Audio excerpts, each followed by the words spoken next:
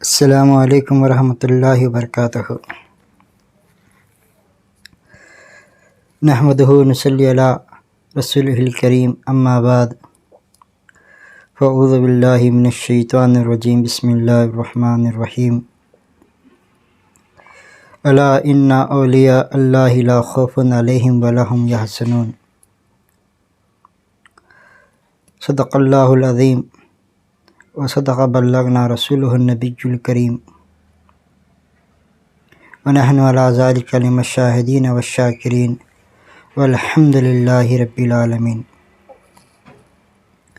آئیے عرض و معروض سے پہلے آقائے نامدار، مدینہ کے تاجدار، صاحب لولاک، دائی حلیمہ کے گود کے تارے، کشتی ملت کے کھیون ہارے، جگ میں سب سے انوکھے، سب سے نرالے، پیارے آقا سرکار مدینہ صلی اللہ تعالیٰ علیہ وسلم کی مقدس بارگاہ میں عقیدت و محبت کے ساتھ ایک مرتبہ بآواز بلند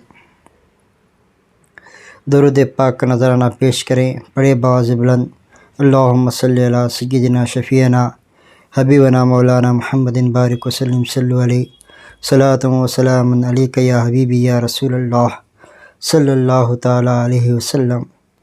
اور ایک مرتبہ نبی اور آل نبی پر درود پاک پڑھیے اللہ رب محمد صلی اللہ علیہ وسلم، نحن عباد محمد صلی اللہ علیہ وسلم، صلی اللہ تعالیٰ علیہ وسلم۔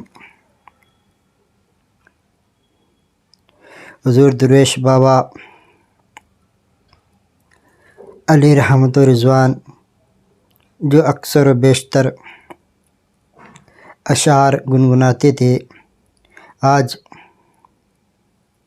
اس مجلس کی شروعات ان اشعار سے شروع کرتے ہیں۔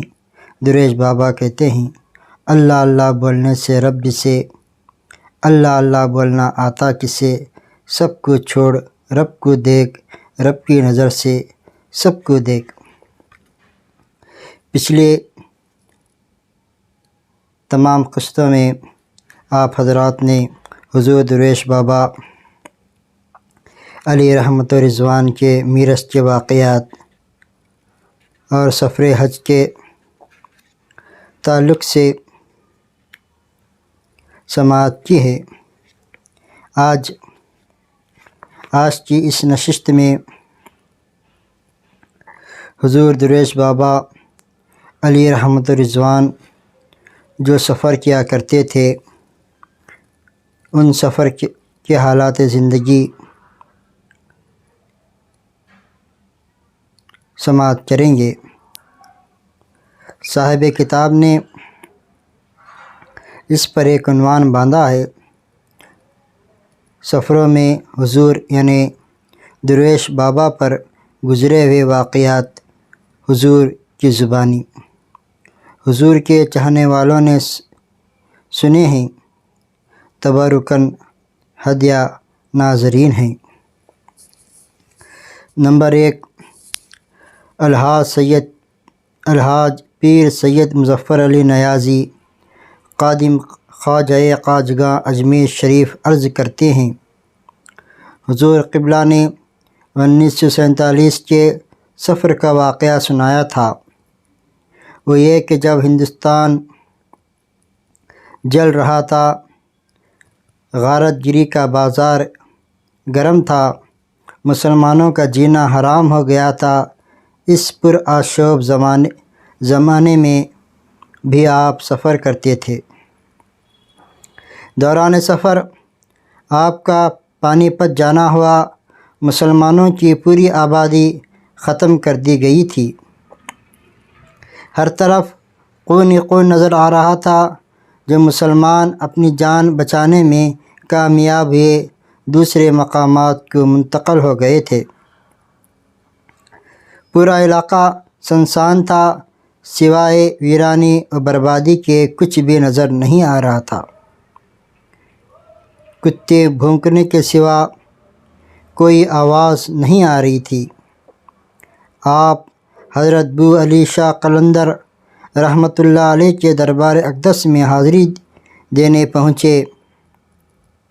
کیا دیکھتے ہیں مسجد و درگاہ شریف کوڑا کرکٹ سے بھرا ہوا ہے، ہر طرف سناٹا ہی سناٹا ہے، ہر طرف اندھیرا ہے، روشنی کا نام تک نہیں۔ بڑی مشکل سے میں مسجد کے احاطے میں داخل ہوا، وضو کر کے پہلے موم بتی جلائی، اس کی روشنی میں جہاں تک ہو سکا صفائی کی، نماز ادا کی، درگاہ شریف میں حاضر ہوا، وہاں پر بھی موم بتی جلائی، جہاں تک ہو سکا صفائی کی، فاتحہ پڑھ ہی رہا تھا، ایک فسادی آیا، آپ کو دیکھ کر آگ بگولا ہوا اور بڑبڑانے لگا، تم لوگوں سے اس زمین کو پاک کر دیا گیا تھا، پھر تم آ گئے؟ اچھا ابھی آتا ہوں کہہ کر چلا گیا۔ آپ یعنی حضور درویش بابا اطمینان سے فاتحہ پڑھ کر مسلمانوں کی جان و مال کی حفاظت کے لیے بارگاہ الہی میں دعا کر کے ریلوے اسٹیشن آ گئے۔ اس وقت ٹرین تیار تھی، آپ سفر کا ٹکٹ لے کر ٹرین میں سوار ہو گئے، ڈبہ تیسرے کلاس کا تھا، دریچے کے پاس بیٹھ گئے، وہ فسادی معلوم ہوتا تھا، آپ کو درگاہ میں نہ پا کر شہر میں تلاش کرتے ہوئے اسٹیشن آیا، پورا اسٹیشن چھان مار کر ٹرین کے قریب آیا، آپ اس کو دیکھ رہے تھے، وہ ہر ڈبے میں جھانک جھانک کر دیکھتے ہوئے جس ڈبے میں آپ سوار تھی آیا، اس وقت اس کی ایسی حالت تھی، سانس پھولی ہوئی تھی، کتے کی طرح ہانپ رہا تھا، اس کی سانس کی ہوا آپ کے ہاتھوں کو مس کر رہی تھی، مگر وہ فسادی حضور درویش بابا کو نہ دیکھ سکا، مولا نے آپ کو اور اس فسادی کے درمیان آڑ کر دیا تھا، آنکھیں پھاڑ پھاڑ کر دیکھ رہا تھا، اس کے ہاتھ میں ننگی تلوار تھی، آپ حسب معمول ذکر میں مشغول تھے، اتنے میں گاڑی روانہ ہوئی، وہ اپنا منہ لے کر وہاں ہی کھڑا رہا، آپ سیدھا اجمیر شریف تشریف لائے۔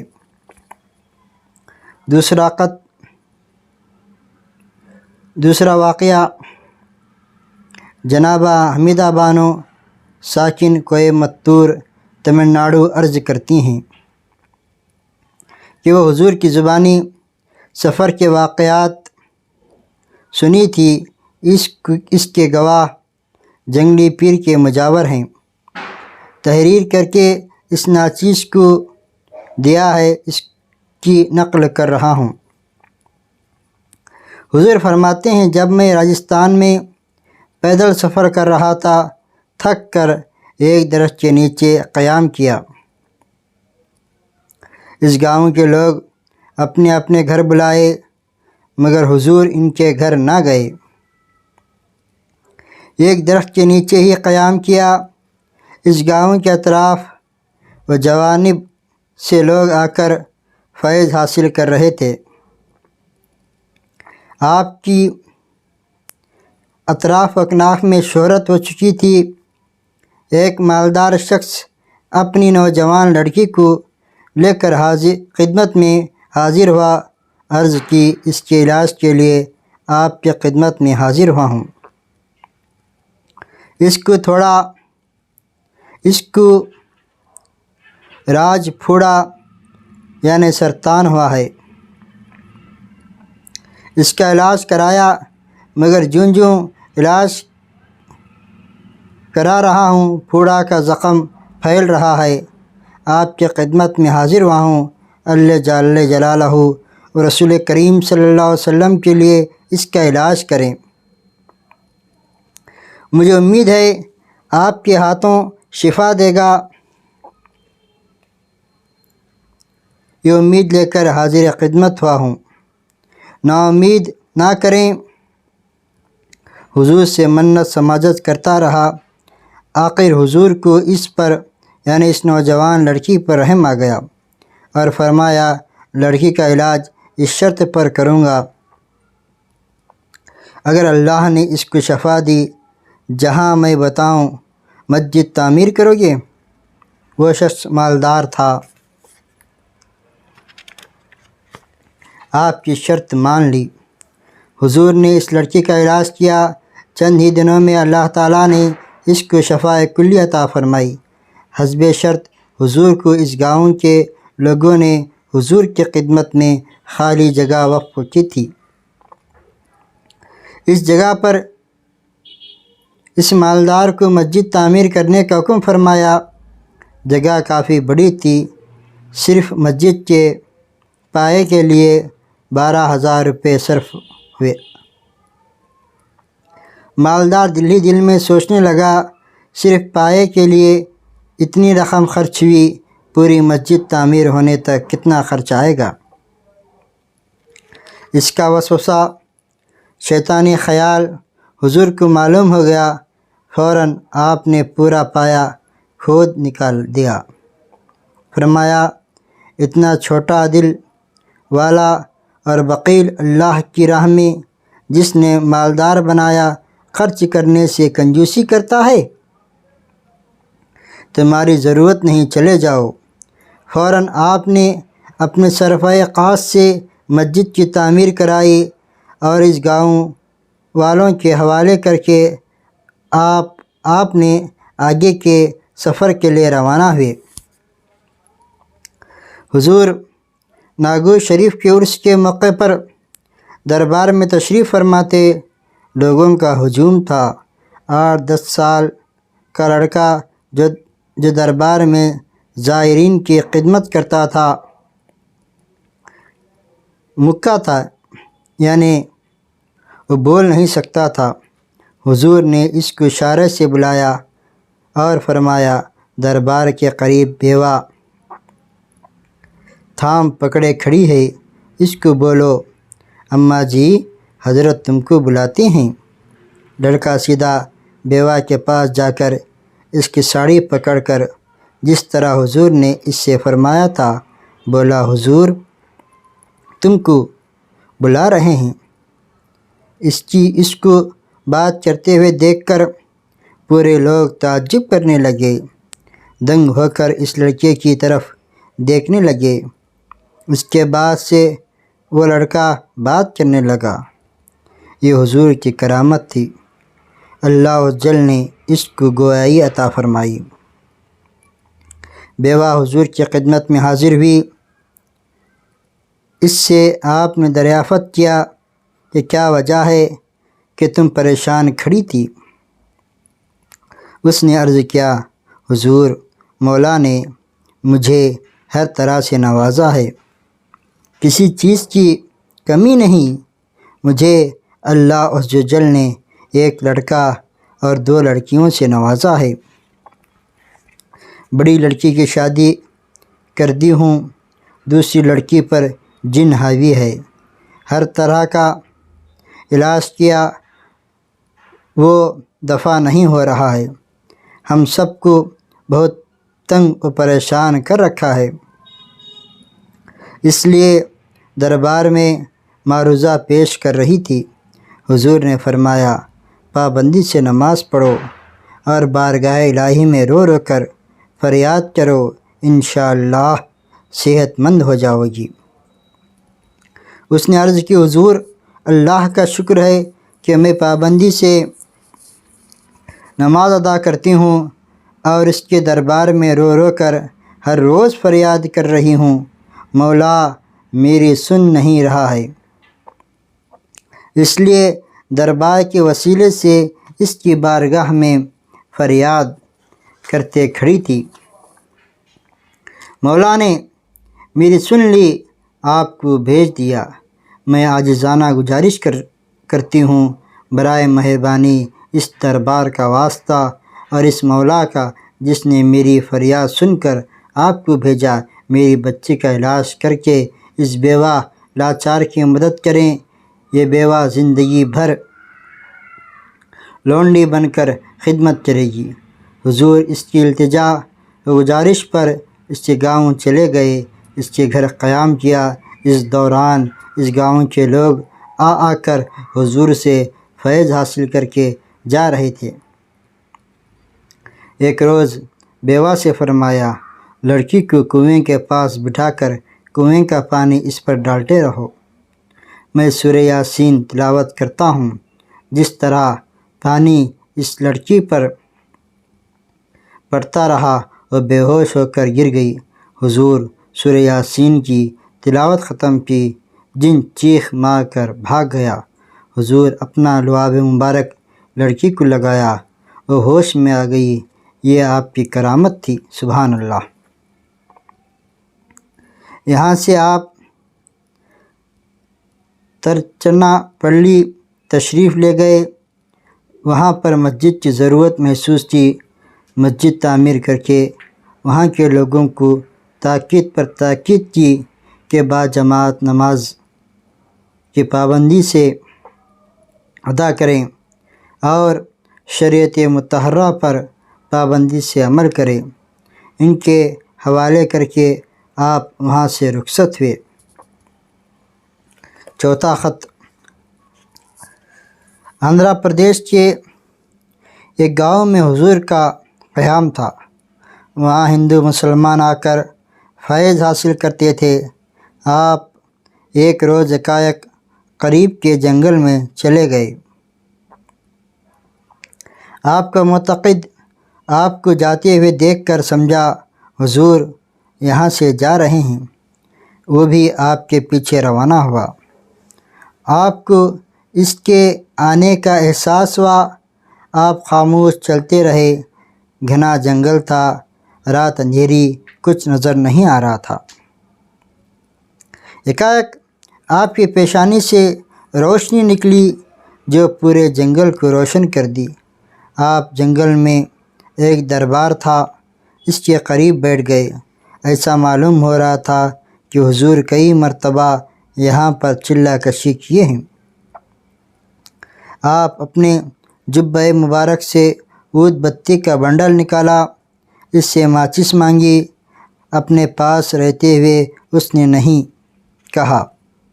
حضور جلالت کے عالم میں عود بتی کے بنڈل کو مزار کے قریب کے پتھر پر زور سے مارا۔ پورا بنڈل سلگ گیا۔ آپ نے صبح صادق تک وہاں پر قیام کیا اور واپس جائے مقام پر آ گئے۔ کئی روز قیام کر کے یہاں سے بھی روانہ ہوئے۔ اسی طرح کا واقعہ جناب الحاج مرحوم عبدالعزیز آفریدی، حضور ان کو فدوی کے لقب سے بلاتے تھے، سرکار کے عرس کے موقع پر اپنے حلقہ خاص میں یہ واقعہ بیان کرتے تھے اور وہ سن کر لطف اٹھاتے تھے۔ تیرتھہلّی جانے کا راستہ میں لبے سڑک ایک دربار ہے۔ وہاں پر ایک گنہگار ایک دفعہ حضور کے ساتھ حاضری دیا ہے۔ حضور اپنے حجرے سے رات میں روانہ ہوئے، وہ بھی آپ کے ساتھ تھے۔ رات اندھیری تھی، وہ بھی جنگل کی رات۔ آپ دربار کے قریب تشریف فرما کر عود بتی کا بنڈل جو ہر وقت آپ ساتھ رکھتے تھے نکالا، ماچس مانگی، اس کے پاس تھی مگر نہیں کہا۔ ماچس مانگی، اس کے پاس تھی مگر نہیں ہے کہا۔ حضور جلالت کے عالم میں عود بتی کے بنڈل کو مزار شریف کے پتھر پر زور سے مارا، بنڈل سلگ گیا۔ آپ کے جلالت کا عالم کا حال بیان کرتے تھے کہ حضور کے چہرہ مبارک کو دیکھ کر ڈر کر دور بھاگ گئے تھے۔ آندھرا پردیش میں ایک مقام میں قیام کیا۔ مسلمانوں کی آبادی نام کی تھی اور بہت غریب تھے۔ رڈی قوم کی تعداد زیادہ تھی، مالدار بھی تھے۔ غریب مسلمان ان کے پاس کام کر کے روزی کماتے تھے۔ حضور سے ہندو مسلمان دونوں فیض حاصل کر کے جا رہے تھے، مگر آپ کے ذکر و اذکار میں بہت خلل ہو رہا تھا۔ آپ قریب کے باغ میں سکون محسوس کر کے وہاں پر ایک درخت کے نیچے قیام کیا۔ یہ باغ رڈی کا تھا، وہ بہت ظالم اور مسلمانوں کا دشمن تھا۔ اس کے نوکر حضور کو دیکھ کر جادوگر سمجھ کر رڈی کے پاس جا کر شکایت کی، کوئی سوامی باغ میں آیا ہے، جا نہیں رہا ہے۔ وہ غصے میں آیا اور حضور سے فرمایا، اپنی جان کی سلامتی چاہتے ہو تو پہلی فرصت میں یہاں سے نکل جاؤ، ورنہ زندگی سے ہاتھ دھونا پڑے گا۔ حضور اس سے بہت ہی نرمی سے کہا، مجھے معلوم نہیں تھا کہ یہ باغ تیرا ہے، اگر معلوم ہوتا تو نہیں آتا۔ دونوں کی گفتگو تلگو میں ہو رہی تھی۔ حضور نے اس کو کیا کہا معلوم نہ ہوا۔ وہ قدموں پر گر کر معافی مانگنے لگا۔ حضور یعنی درویش بابا نے اس کو معاف کر دیا۔ وہ حضور کی صدق دل سے خدمت کرنے لگا۔ ایک روز حضور درویش بابا کی قدموں میں سر رکھ کر معروضہ پیش کیا کہ اس کی شادی ہو کر قریب 14 سال ہو گئے، مگر اولاد سے محروم ہوں۔ دعا کی عاجزانہ درخواست کی۔ آپ نے فرمایا، یہ اللہ کے ہاتھ ہے، جس کو چاہے دیتا ہے اور کسی کو نہیں دیتا۔ یہ سب اس قدرت والے کے قبضے میں ہے۔ ہاں، ایک شرط پر دعا کرتا ہوں، اگر تم دونوں میاں بیوی مسلمان ہو گئے تو بارگاہ الہی میں ہاتھ اٹھاتا ہوں۔ اس نے عرض کیا، حضور میں مسلمان ہوتا ہوں مگر عورت نہ مانے گی۔ آپ نے فرمایا، جا اس کو پوچھ۔ وہ اپنی بیوی کے پاس آیا، پورا واقعہ سنایا۔ اس نے صاف انکار کر دیا، تجھے مسلمان ہونا ہے تو ہو جا، میں نہیں ہوتی۔ حضور درویش بابا کے پاس آ کر عرض کیا، حضور وہ تیار نہیں، مجھے مسلمان بنا لو اور اپنے قدموں میں رکھ لو اور دعا کرو، اللہ مجھے آپ جیسا بیٹا دے۔ آپ نے فرمایا، میں درویش ہوں، خیر اللہ کی مرضی۔ آپ نے اس کو مسلمان بنایا، اس کا نام سید موسیٰ رکھا۔ حضور اس کو 7 لونگ دے کر دیے اور کہا، کھا لے، اللہ تعالیٰ انشاءاللہ لڑکا عطا فرمائے گا۔ اس کے بعد آپ یہاں سے حج کے لیے چلے گئے۔ حج و زیارت کے بعد آپ واپس اس مقام پر آئے۔ مولا عز و جل اس کو لڑکا عطا کیا اور اس نے حضور درویش بابا سے عرض کیا، عورت آخر تک مسلمان نہ ہوئی، وہ مر گئی، اللہ مجھے اس سے چھٹکارا عطا کیا، یہ اس کا شکر ہے۔ سید موسیٰ کو اپنے دامن میں پناہ دی اور اس کو پختہ مسلمان بنایا، دین کے علم سے اس کو مالا مال کر دیا اور دین کی خدمت کے لیے اس کو وقف کر کے آپ وہاں سے رخصت ہوئے۔